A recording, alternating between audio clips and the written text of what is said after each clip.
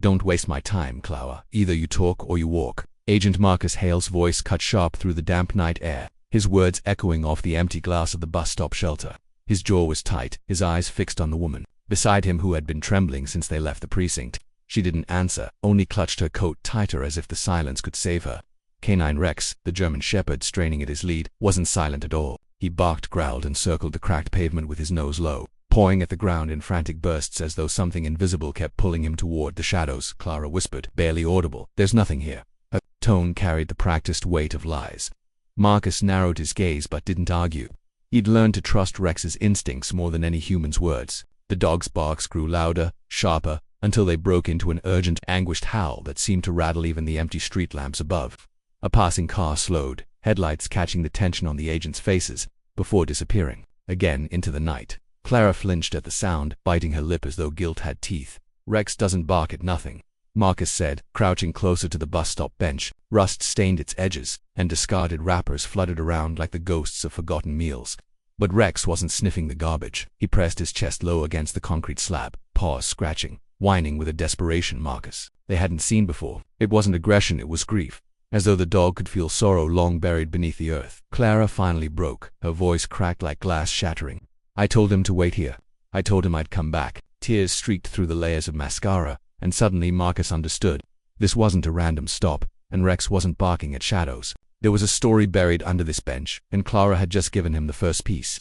The agent swallowed hard, nodding to his partner, Agent Evelyn Torres, who'd been standing a few paces back, arms crossed but eyes soft. She'd seen enough. People crumble under secrets to know what came next. "What did you leave here, Clara?" Evelyn's voice was steady, almost maternal. "Tell us now, because Rex won't stop until we find it." The dog howled again, his body pressed firmly against the cold cement, refusing to move. Clara's knees buckled, and she fell onto the bench, clutching her face with shaking hands. "He was only 8, she whispered. "He wanted to go home, but I couldn't let him. They said it was safer to hide him here." Marcus felt his stomach twist. "8, a boy." He turned back to Rex, who began pawing harder, his nails screeching against the pavement. "Evelyn, get the lights," Marcus ordered. Within seconds, the portable floodlight washed the bus stop in stark white glare, illuminating details they hadn't noticed before. A faint scuff mark under the bench, a torn shoelace buried in dirt, the kind of clues only a desperate animal could uncover. Clara sobbed harder, rocking back and forth. "I thought someone would find him. I thought they'd keep him safe." The weight of her confession pressed down like the night itself. Marcus crouched again, this time sliding his hand beneath the bench. His fingers touched something cold, metallic, wrapped in cloth. He pulled it free. A tiny lunchbox, dented and rusted, its cartoon stickers faded by weather. Rex immediately stopped barking, sitting beside Marcus with ears pinned back, eyes lowered. The sudden silence was heavier than all the noise before. Marcus opened the box with trembling hands. Inside lay a pair of small shoes, perfectly aligned, a folded photograph of a smiling boy with a missing front tooth, and a stuffed dog missing one ear. Evelyn's breath hitched, and even Marcus, hardened by years of investigations, felt his throat tighten. Clara reached out for the box but pulled back before her fingers touched it, as if the guilt burned too hot. "His name was Daniel," she said softly. "He never should have been here. None of this should have happened." Her voice broke again, dissolving into sobs. Marcus closed the box gently, his eyes lingering on the photograph. He could almost hear the boy's laughter in the distance, colliding with the echoes of Rex's earlier howls. The truth wasn't just evidence, it was grief made tangible, the kind that never really left. Evelyn placed a hand on Clara's shoulder. "You should have told us sooner," she murmured, though not unkindly. Clara shook her head violently. "I was afraid. They promised me they'd come back for him. I believed them, and when they didn't, I couldn't." Her words dissolved into silence. The only sound now was the faint hum of the streetlight above and Rex's heavy breathing, still watchful, as if standing guard over what had been lost. Marcus rose, his voice lower, edged with both anger and compassion. "You let us chase phantoms for weeks while his memory sat here, waiting. You let us believe nothing was wrong." He looked at Rex, then at Clara, then at the small rusted box in his hands. But Rex knew. He always knew. The dog leaned against his leg, silent now, as though his work was finished. Evelyn's eyes glistened, and for once, she didn't hide it. She let the tears fall, not for Clara, not even for the case, but for the boy, the shoes, the photograph, the silence that swallowed a child's laughter. And so, at an empty bus stop under a flickering lamp, 3 agents and a broken woman stood in the hollow of truth, while a loyal dog bowed his head. The night felt colder but also heavier with meaning. Rex had barked until the world could no longer look away, until secrets were unearthed and pain was laid bare. What he uncovered wasn't just evidence, it was love abandoned, innocence stolen, and grief too long silenced. Marcus set the lunchbox gently on the bench as though afraid the weight of his hand might crush the fragile relic inside. Clara sat slumped against the cold glass wall of the bus shelter, her sobs softening into shallow breaths. Evelyn crouched near her, torn between compassion and fury. "If you knew all this time," Evelyn said, her voice low but firm, "then why bring us here now? Why tonight?" Clara's eyes darted to Rex, who remained seated, gaze fixed firmly on the small shoes inside the box. "Because he wouldn't let me sleep anymore," she whispered. "Every night I heard him crying, right here. I thought maybe if I came back it would stop." The confession settled over them like fog. Marcus rubbed the bridge of his nose, fighting the bitterness rising. In his chest, he had dealt with countless liars, but something about Clara's shaking voice carried a rawness he couldn't dismiss.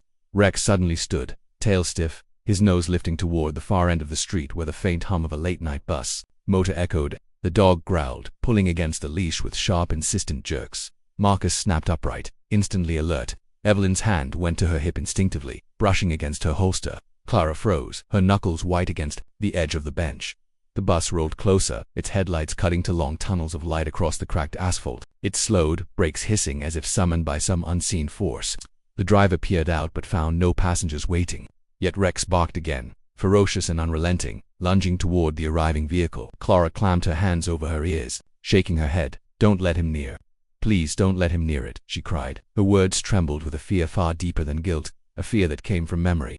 Marcus yanked her back as Rex's claws scraped the ground, his body desperate to board the empty bus.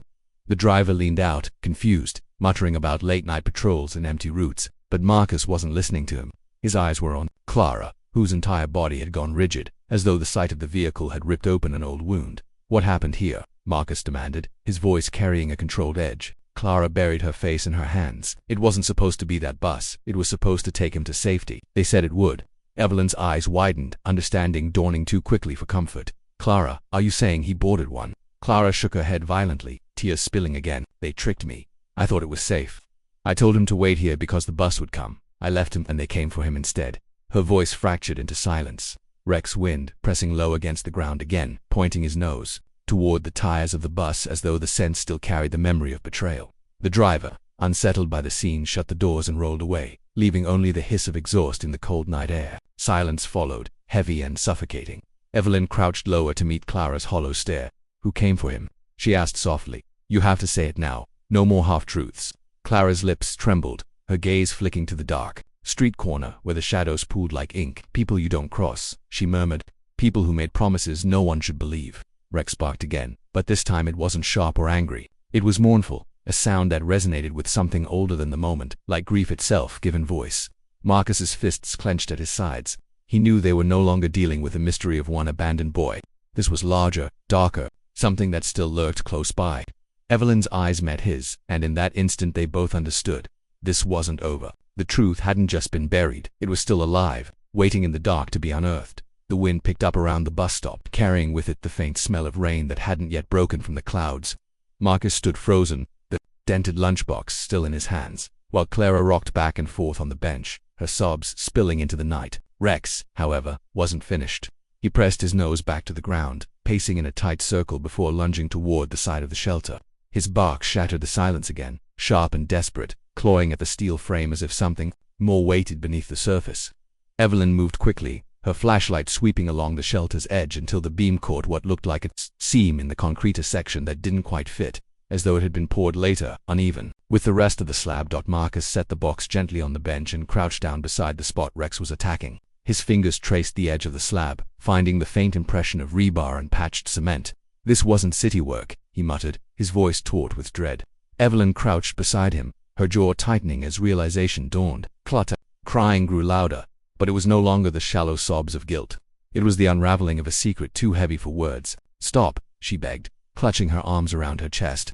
"Please, don't." Marcus ignored her, pulling a small tactical knife from his belt to pry at the edge. The concrete resisted, but Rex barked furiously, his nails striking sparks. As he scraped, Evelyn grabbed the crowbar from their kit in the vehicle and returned, slamming it against the seam until the first crack opened like a wound. A sharp metallic clang echoed as the slab shifted slightly, hollow underneath. The agents locked eyes, a silent understanding between them that whatever they were about to find would change the night in ways none of them were ready for.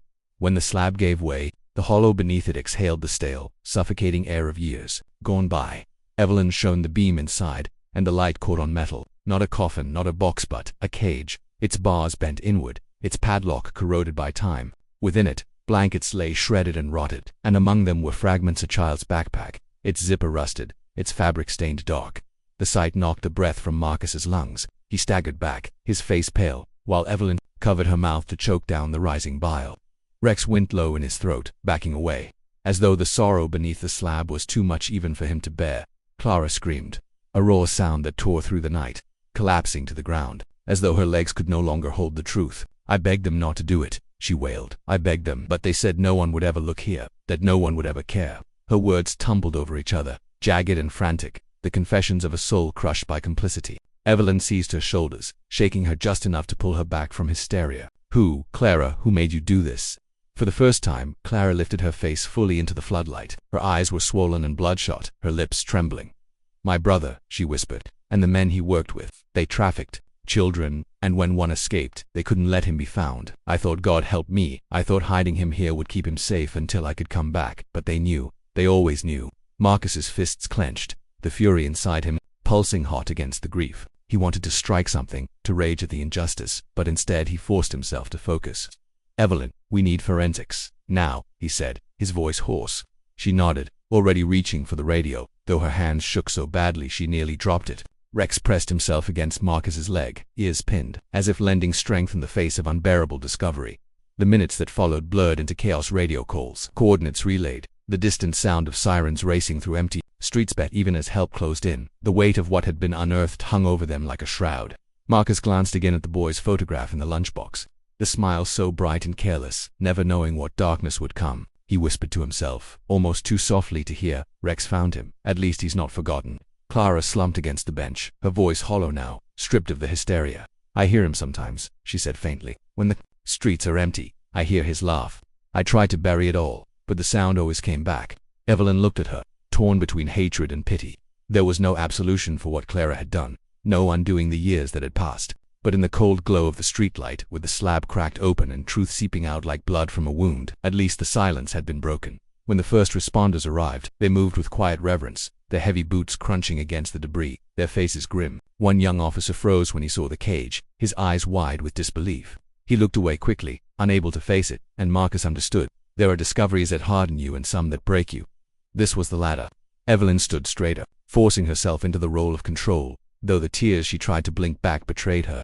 And through it all, Rex sat solemnly by the bench, chest rising and falling, his head bowed as though in mourning. The night had turned heavier, the shadows longer, but the truth was no longer buried. What the dog uncovered was more than a secret. It was a wound ripped open, spilling pain into the present. It left the agents shaken, left Clara broken, and left the empty bus stop no longer just another forgotten corner of the city. It had become a place where innocence once pleaded for rescue and where loyalty, years too late, finally answered the call. Marcus tightened his grip on the rusted lunchbox as the night pressed heavier around them. The box felt heavier than its size allowed, as though all of Clara's guilt had seeped into the metal, weighing it down with years of silence. Rex sat close, his ears alert, his amber eyes locked on Clara, who sat trembling on the bench as though the ghosts of her past had returned to surround her. Evelyn stepped closer, her voice low but sharp, cutting through the tension. If there's more, tell us now. Do not wait for Rex to drag it out of you. Her words made Clara flinch, her hands digging into her coat sleeves until her knuckles turned white. For a moment she remained quiet, but then her lips parted with a shuddering breath. They weren't strangers, she whispered, her eyes darting around the empty street as though shadows themselves were listening. They were supposed to protect him. Federal men, clean suits, polished shoes, they said. Daniel was safer with them than with me. I believed them because I wanted to. But when they didn't come back, I knew I'd given him away to something far worse. Her voice cracked, collapsing under the weight of memory. Evelyn's chest tightened, though she kept her expression steady. Marcus stared hard at Clara, anger pushing against the sadness in his throat. Rex growled, deep and steady, his body lowering as if the very air around the bus stop had shifted. Marcus followed the dog's line of sight, his pulse spiking. Across the street, beyond the dull glow of the street lamp, a figure lingered in the shadows, still watching. For a second, Marcus thought it might be imagination, but then the faint glow of a cigarette lit up a face before vanishing again into smoke. He felt the blood rush in his ears. Evelyn, he murmured, his tone flat but urgent. Her hand instinctively moved to her holster, and Rex let out a low, warning bark that echoed across the deserted road. Clara gasped and buried her face in her hands. They're here. I knew they'd come for it. Her words trembled, each syllable edged with fear. Marcus crouched near her, his voice firm. Come for what, Clara? What else did you hide? She shook her head violently, tears streaking her cheeks. Not just Daniel, evidence files, names, all in that box. He wasn't just a child. He was leverage, and I was too blind to see it. Marcus felt the weight of her words crush into him like a blow. A child used as a pawn, hidden away under the guise of protection. He glanced down at the photograph inside the box, the boy's missing tooth smile staring back at him like an accusation. Evelyn's voice sliced the silence. Marcus, we need to move now. The shadow across the street shifted, another figure. Joining the first, their silhouettes purposeful and menacing. Rex stood tall, muscles taut, his bark sharp and unrelenting now. It wasn't the mournful sound from earlier, it was a challenge, a warning, a line drawn in the darkness. Marcus closed the lunchbox, tucking it under his arm with grim resolve. Clara, he said, his voice heavy with steel, if you want to live through tonight, you tell me every name, every detail, and you tell me now. She sobbed into her hands, nodding, her words stumbling out. It was Donovan, Agent Donovan. He promised me safety. He promised everything, and then he vanished with Daniel. The name landed like a strike. Evelyn froze for a second, the recognition in her eyes unmistakable. Marcus felt his stomach twisted. Donovan had been one of their own, a man respected, trusted, decorated. The betrayal seared deeper than any wound. Before he could process, the figures across the street began to move closer, their footsteps slow, deliberate, echoing against the concrete like a countdown. Rex lunged forward with a savage bark, pulling hard against his lead, ready to protect what little was left of innocence in this story. Marcus's hand hovered at his weapon, his voice steady despite the storm surging inside him. This isn't just about a missing boy anymore, he said, almost to himself. This is about everything we thought we could trust. The night had turned colder, heavier, the kind of silence before the world breaks apart. Evelyn tightened her grip on her weapon, her jaw set. Clara wept, Rex growled, and Marcus stood still, caught between the weight of the past and the storm racing toward them. What had begun as a dog barking at an empty bus stop was unraveling into a truth far darker than they had ever prepared for. The street seemed to hold its breath as the figures drew closer, their shadows stretching beneath the flickering lamps. Marcus steadied himself, one hand tightening around the rusted lunchbox, the other hovering near his weapon.